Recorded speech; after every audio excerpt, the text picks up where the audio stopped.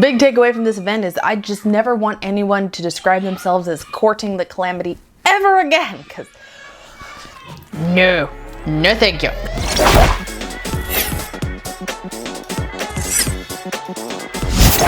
And we're talking about the brilliant event. This brilliant event was hard for me. A little bit of bad brain, a lot of I hurt so much this week. It was not great. So the event description for this one read, once again, Harry has no recollection of causing a surge that appears to be made up of his memories. Is he subconsciously manipulating the calamity, or is someone else courting the calamity just in time for Valentine's Day? So this is obviously our Valentine's Day themed event. It's called An Imperfect Love. The foundables are all around some couples that have been prevalent in the Harry Potter franchise. So, you know, it's Valentine's Day, here we go. Then open dialogue, it's constant. Harry, I'm glad I caught you. We're getting reports of a new modified surge behavior. Have you been manipulating the calamity again? No, at least not intentionally. There's always the possibility that, like the last surge, I may have unknowingly done so. But I'm still not entirely convinced that's something I'm even capable of. I'm confused. You said it yourself that the last surge was definitely composed of your memories.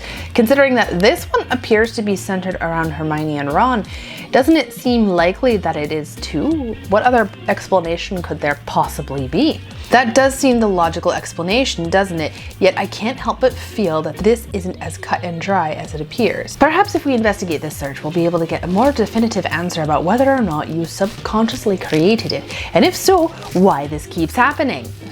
Well, that's usually what happens. So, opener of the surge, it's not Harry who's manipulating the calamity this go, which never ever bodes well. Okay, so the next one was a head scratcher.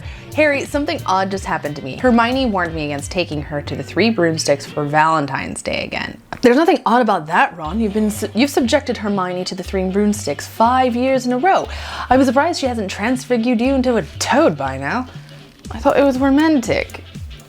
Oh, Ronald. At any rate, Hermione's message isn't that odd. What's odd is how I received it. Remember how I could suddenly recall a conversation with Grim that I couldn't possibly have had? It was like that, like someone had mucked about in my head. Oh, good. It sounds like Hermione implanted a false memory in your foundable, but that shouldn't be possible, unless... ... So, my guess here is that Hermione is starting to learn how to manipulate the calamity, which, you know, there's definitely a sense of, well, if Harry can do it, I certainly can do it. And yes, actually. Next up is the Hermione foundable placement. Funny story, at Ginny and I's wedding, a few of my friends, former classmates, admitted that they wondered if Hermione and I would end up together. This is alluding to J.K. Rowling saying at some point, like, she thought that maybe she would put Harry and Hermione together. I think she said she started the first book intending to do that, but obviously that is not how the story played out. Hermione's a great friend. I probably wouldn't be here now if not for her, but we never would have worked out. Ron's a much better couplement for her. Speaking of Hermione, have you talked to her recently? It seems she barely leaves her office these days. That's because she's learning meditation, like hardcore. Apparently she's working on an important project and doesn't want to be disturbed.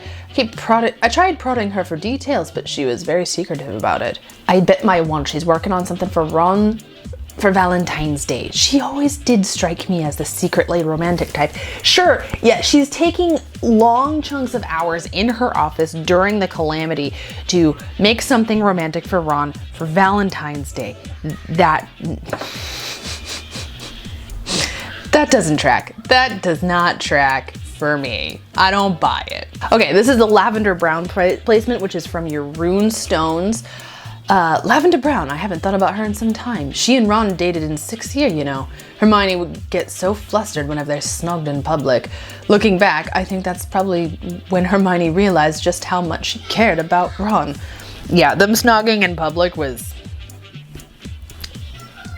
yikes. It was a lot. Lavender Brown in general is just kind of like a lot. So it's not an exaggeration then to say that Hermione's memories of Lavender Brown are an integral part of her and Ron's history as a couple? I suppose you could say that, couldn't you? Come to think of it, all these foundables could be tied back to Hermione and Ron's relationship in some way. Oh gee, probably. Whoop.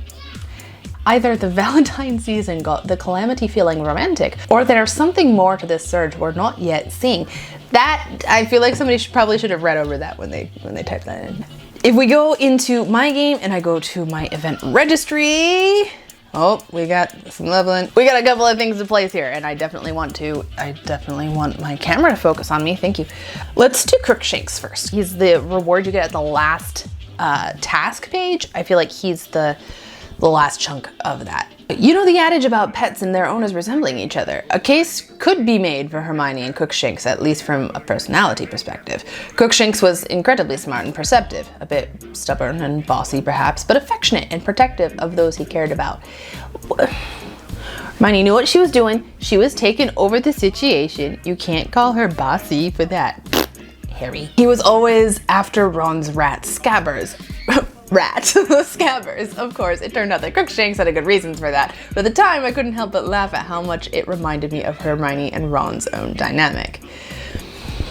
You're not wrong, but also, turns out, yikes.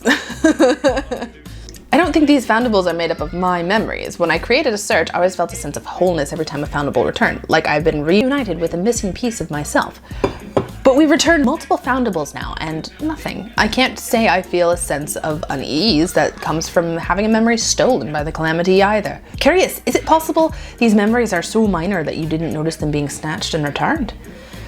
This is the Calamity we're talking about, so I'm reluctant to dismiss the idea outright. It's certainly true I haven't thought about Cormac in years.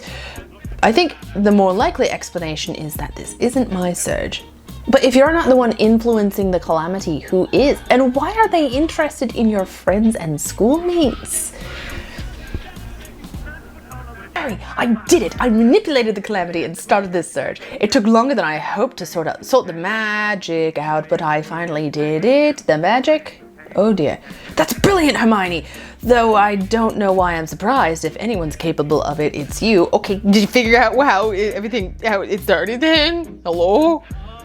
You were right though, it isn't easy. I thought the Patronus charm was difficult, but this is on an entirely different level.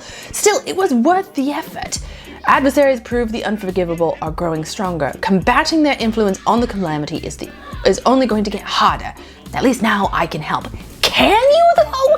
Is this a good idea? Should y'all be doing this? Because I don't think y'all should be doing this. This seems like finding spilled mercury on the ground and poking at it. This is a bad idea. Hello? Hello? You don't know how appreciative I am of that. We have reason to believe members of the Unforgivable can manipulate the Calamity. It'll be good to have another person on our side who can. Though I think I'll try to guide the next wave in a less personal direction. The Valentine's Day fervor had me convinced that pulling memories of Ron and I's early days was a good idea. But now that it's on display for the whole world, well, to say it's embarrassing is a bit of an understatement, isn't it? I'm just gonna take a couple minutes here. Okay. There was kind of a spoiler in their own game stuff that said, yes, we did know that this was going to be Hermione's surge. So she's figured out how to manipulate the Calamity. Is that a good thing though? Like, I know that the Unspeakable already can, and I get that, but rather than putting our effort and our time and our resources into learning how to manipulate the Calamity in the other direction, can't we just try to find Grimm instead? Am I crazy in thinking that maybe we should dedicate resources to that instead? I think that the connection to the Calamity is actually going to be more harmful in the long run. This is not great. I don't like this. This is a big heckin' nope from me. What's going on over there? I'm gonna poke it with a stick. No! Stop it! My biggest hang up was page 3, 8 Angelina Johnson traces. For that you get 1 silver key. I burned so many stinking trace tonics on that. Why am I speaking? I don't know. I'm blaming the excessive amount of tea that I've had today.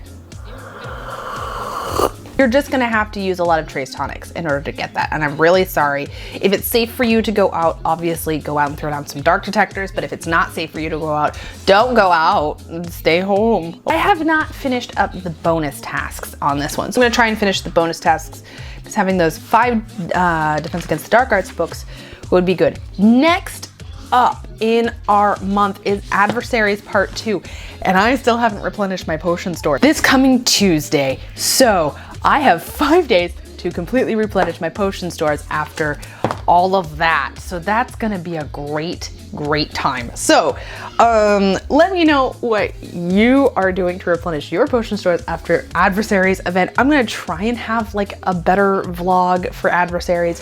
It's just, we're gonna try. Let me know what you thought about this dialogue. Obviously this raises some questions for me. Is this going to be a bad thing or a good thing in the long run? I can't see a lot of ways that this can be good. Also, magic. What magic? Does that give us some sort of a clue as to how to stop it? Like, what spells are you using? I need to know. I need more information.